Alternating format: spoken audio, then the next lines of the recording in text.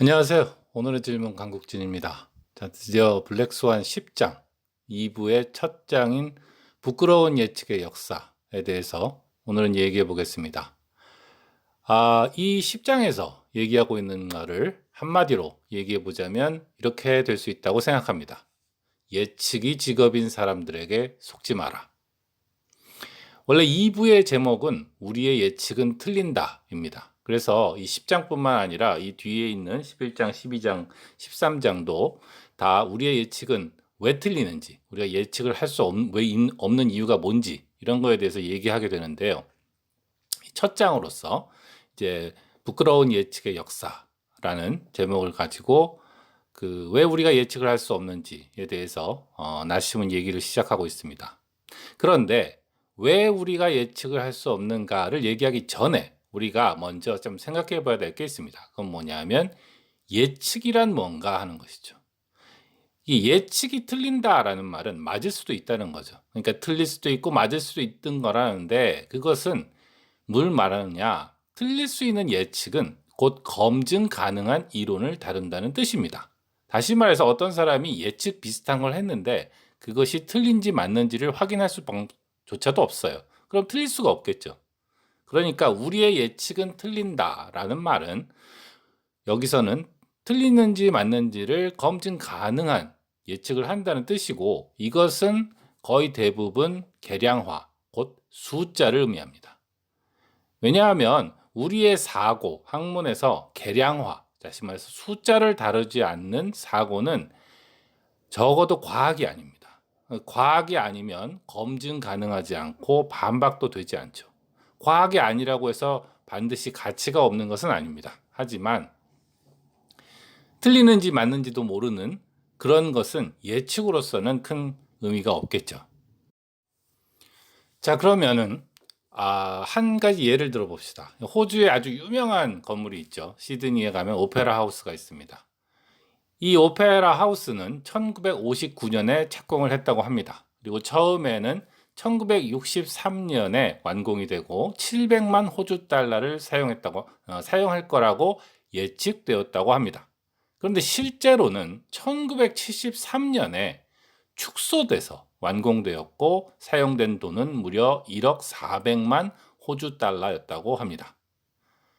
이게 나심이 이 10장의 맨 앞에서 거론하면서 우리의 예측이 얼마나 틀리는가를 소개하고 있죠.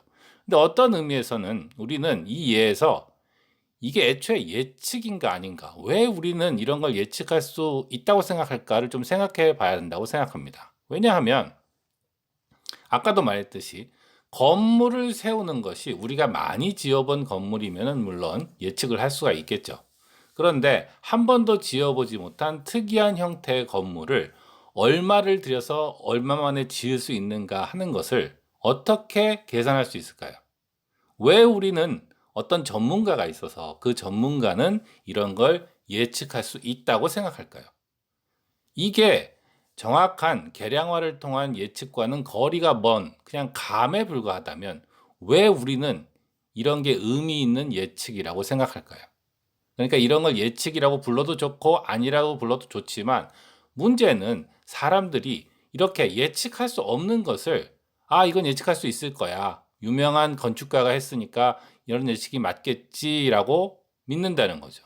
그랬더니 그 결과는 무려 15배 정도 되는 그 비용이 들고 시간도 10년이 더 걸리는 그런 결과가 나온다. 이런 일은 사실은 우리나라에도 많이 있었습니다. 예를 들어서 KTX에서도 그랬고 새만금 건설에서도 그런 일이 있었죠. 자, 그럼 다시 예측과 계량화의 관계로 돌아가면 왜 계량화가 필요한가? 예를 들어서 이런 예를 생각해 봅시다. 어떤 사람이 이런 말을 했습니다. 이 부부의 사랑은 내년이면 더 커질 것이다. 그런데 이게 이런 얘기는 예측으로서는 의미가 없는 것이 맞는지 틀리는지가 없습니다. 왜냐하면 사랑을 측정할 방법이 애매하기 때문이죠. 그냥 내년에 됐더니 내가 봤더니 작년보다 더 잘 살던데 그러니까 사랑이 커진 거 아니야 이렇게 우겨버리면 맞을 수도 있죠.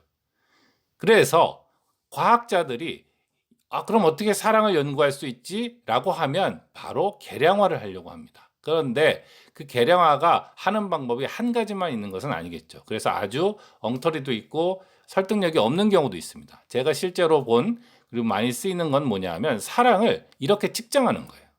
사랑이란 곧 일주일 동안의 섹스를 몇 번 했는가를 보면 아, 이게 바로 사랑이다 라고 계량화를 하는 거죠. 그래서 아, 지금 사람들이 사랑이 얼마나 넘치는가 하는 것을 이 횟수를 측정해 가지고 사랑을 측정할 수 있다는 거예요. 이게 맞는지 틀린지는 두 번째로 치고 이렇게 하는 이유 중에 하나는 이제 우리는 드디어 측정 가능한 숫자가 생겼기 때문이죠. 그러니까 이런 측정 가능한 양이 있다면 이제 우리는 이 부부의 사랑은 내년이면 더 커질 것이다 라는 말을 의미 있게 할 수 있는 겁니다. 그때 가서 측정할 수 있으니까요. 문제는 우리는 이런 시스템, 이런 관점을 인위적으로 만든 것인데 여기에 중독이 되면 앞뒤가 뒤집어질 수가 있습니다. 사랑은 아마도 섹스를 하는 횟수로 측정될 수 있을지도 모릅니다. 문제는 우리는 사랑을 그걸로 측정한 거죠. 그런데 이 시스템이 익숙해지면 어떻게 되냐면 아, 요새 사람들이 사랑을 하지 않는 것 같습니다. 어떻게 하면 될까요? 라고 질문을 하면 이걸 어떻게 이해하냐면 그럼 사람들이 섹스를 많이 하게 하면 되겠네. 이렇게 생각하는 거죠. 왜냐하면 사랑을 그걸로 측정하니까.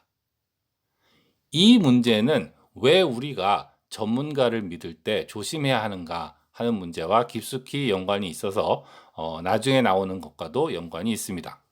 이런 문제는 물론 제가 일부러 만들어낸 이건 사실 실제 사례이기도 한데요. 근데 이런 사례가 아니라 경제학 같은 곳에서도 이제 많이 등장합니다. 예를 들어서 내년이면 사람들이 더 잘 살게 될 것이다. 이런 말은 의미가 없죠. 그러니까 사람들이 이거 측정할 수 있는 양을 등장시킵니다. 그래서 신문 기사나 그런 책에 보면은 내년에는 GDP가 올라간다든가 CPI가 내려간다든가 CPI는 소비자 물가 지수죠. 그래서 이런 것이 올라가느니 내려가느니 이런 말을 하는 거죠. 그리고 일단 이런 양을 측정하기 시작하면 마치 물리학에서 뉴턴의 법칙을 찾듯이 어떤 동력학의 법칙을 찾습니다. GDP가 어떻게 변하냐, CPI가 어떻게 변하냐 이런 걸 갖다가 이제 이론을 만들려고 하죠. 그 이론을 일단 만들기 시작하면 수학자나 물리학자 같은 사람이 와가지고 아, 게임 이론이 있어, 확률 분석 이론이 있어, 뭐 시차 계열 분석 이론이 있어, 뭐 이런 식으로 여러 가지 방법을 등장시켜서 이 양들의 변화를 연구하는 것이죠. 이게 소위 말하는 전문가들이 하는 일입니다. 문제는 나심이 강조하는 것은 하나의 틀린 이론, 다시 말해서 예측을 잘 하지 못하는 이론을 더 복잡한 이론으로 개선하는 것은 좋을 때가 있습니다. 하나는 뭐냐면 논문을 쓸 수가 있어요. 논문을 많이 쓰면 교수도 되고 상도 받겠죠. 그리고 취직하기도 좋습니다. 새로운 이론을 주장했으니까요. 그러나 이것이 반드시 진짜 개선이라는 보장은 없다는 거죠. 실제로 많은 복잡한 이론이 상도 받고 주목도 받았지만 이 10장에서 하는 말은 우리가 뒤를 돌아보면 더 복잡하고 더 멋있어 보이는 이론이 심지어 노벨상까지 받았는데도 사실은 미래를 예측하는데 도움이 된 적은 없었다는 겁니다. 그냥 동네 택시 운전사보다 그렇게 결과가 좋지 않았다는 것이죠. 예측이 틀린 것에 대해서 전문가는 이런 변명을 한다고 나심은 말합니다. 첫 번째는 내 이론은 맞지만 나는 충분한 정보가 없었다. 이렇게 변명하죠. 이거는 말하자면 축구장에서 왜 농구를 안 하냐고 묻는 겁니다. 이게 무슨 뜻이냐 하면 내가 이론이 있는데 이 이론은 정확한 미래를 예측하지만 문제는 이 이론에는 정보 A, B, C를 넣어야 되는 거예요. 그런데 현실적으로는 C가 없어서 답이 틀렸다는 거죠. 그런데 현실에서는 정보가 없는 게 현실일 수 있잖아요. 그런데 자기가 그런 식으로 게임을 만든 거예요. 나는 입력이 A, B, C가 있다고 생각합시다. 해놓고 막 분석을 했죠. 근데 현실적으로는 예측을 못해요. 왜냐하면 C가 없으니까. 그러면 문제는 세상이 있다고 그런 거예요. 왜 나한테 C를 안 줬어? 이거는 세상은 사람들은 축구를 하는데 자기가 농구를 만들어서 왜 농구를 해야지 축구를 안 해? 이렇게 말하는 거랑 마찬가지죠.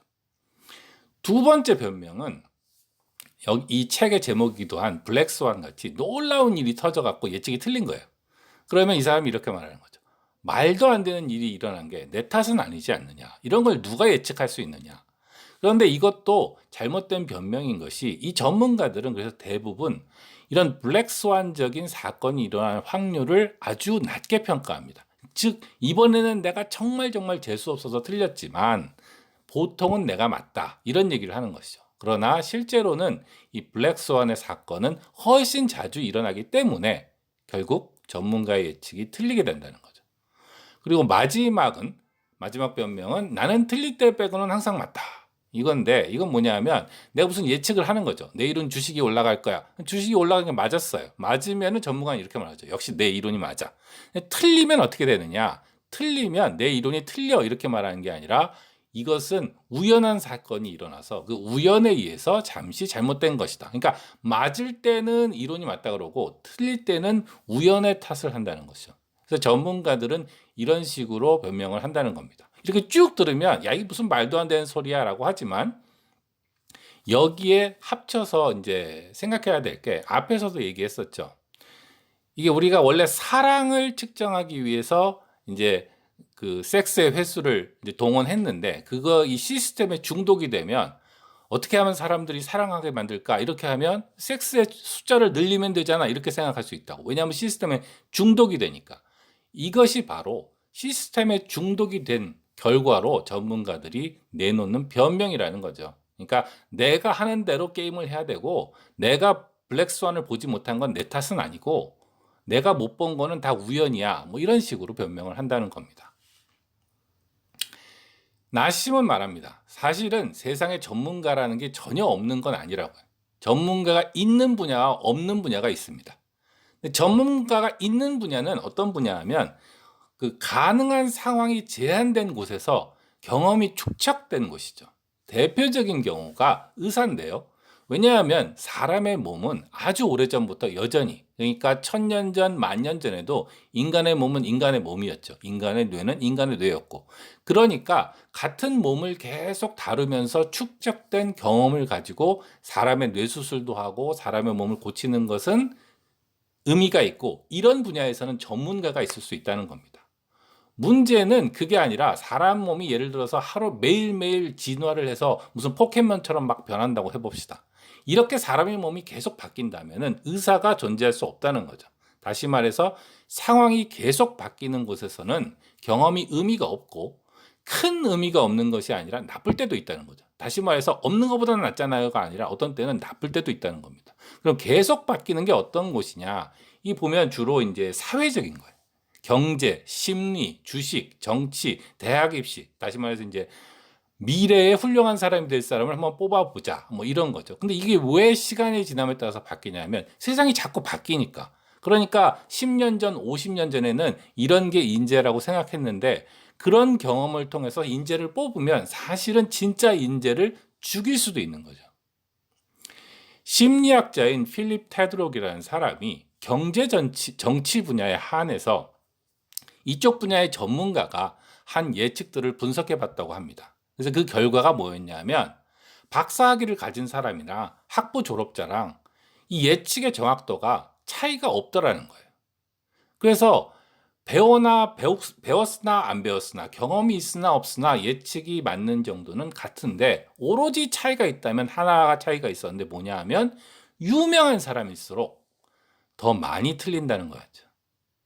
유명한 사람일수록 더 잘 맞는 게 아니라 더 많이 틀려요. 왜냐하면 유명한 사람들은 자기의 이론에 대해서 확신이 더 깊어졌기 때문에 오히려 눈이 더 좁아졌기 때문이죠. 그래서 이 테드록이 발견한 것은 이런 정치 경제 분야에서는 경험이 의미가 없고 오히려 유명하면 더 바보가 된다는 거죠. 자, 여태까지는 예측이 힘들다.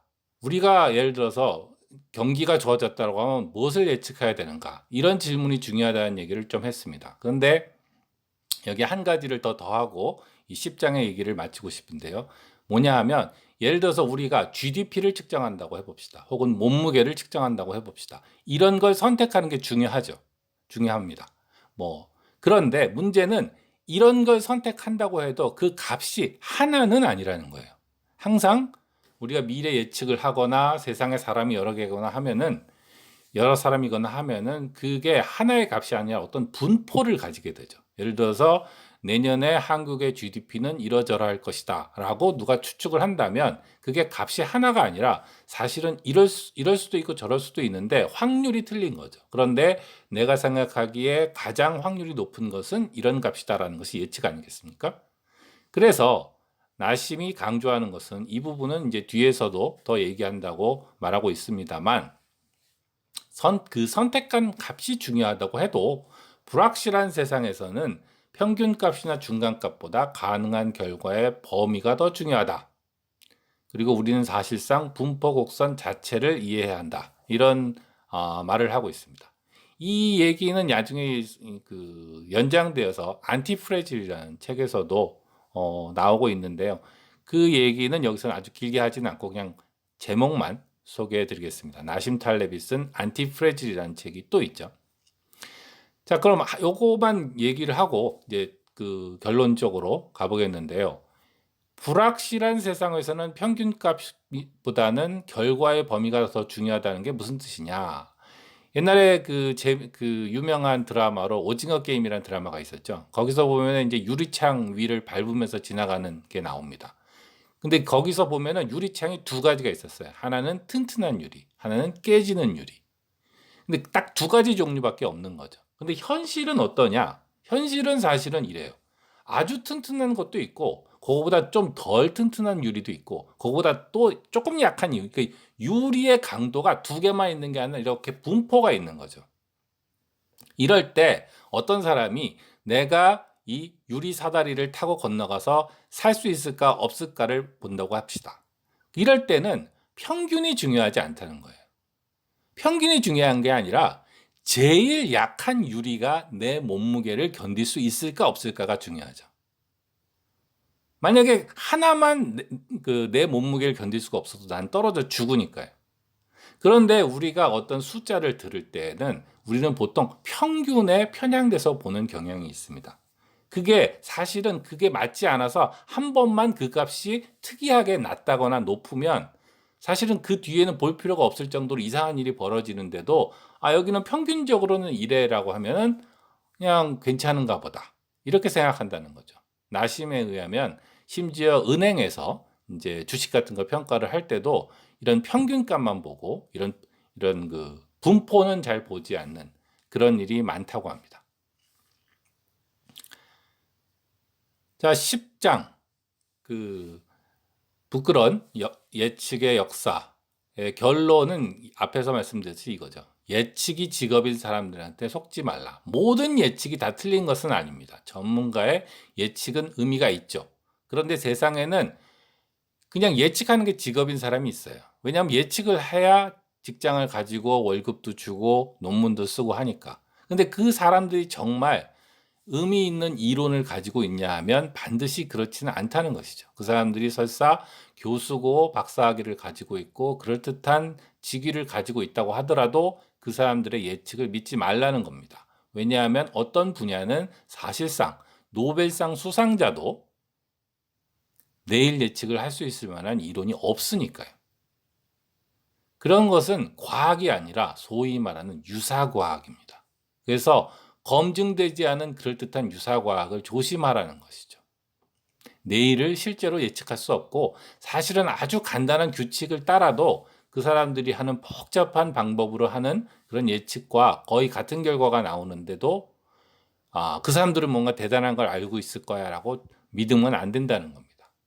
그리고 그 사람들의 더 큰 문제는 뭐냐 하면 내가 무지한 줄 알고 있는 사람들은 내가 뭘 알겠어 라고 생각하는데 앞에서도 말씀드렸듯이 유명한 사람이 더 많이 틀린다는 거예요. 왜냐? 지식은 우리의 이해력보다 확신을 더 증가시키기 때문이죠. 그러니까 우리가 조금 더 알게 되는 건 좋은 일인데 문제는 조금 더 알게 되면 우리는 실제로는 그거보다 훨씬 더 많이 안다고 생각하고 점점 더 자신이 모르는 게 없다고 생각하게 된다는 겁니다. 그러니까 큰 실수를 하게 되죠. 그리고 이렇기 때문에 예측이 직업인 사람들한테 큰 실수가 있을 수 있다는 거죠. 그래서 우리는 어떤 하나의 예측만 볼 게 아니라 아까도 말했듯이 하나의 값이 아니라 분포를 봐야 되듯이 가능한 모든 미래가 어떤 게 있을 수 있는지 눈을 열고 살아야겠습니다. 자, 오늘은 블랙스완 10장 그 부끄러운 예측의 역사에 대해서 말씀드렸습니다. 여기까지 하겠습니다. 강국진이었습니다. 안녕히 계세요.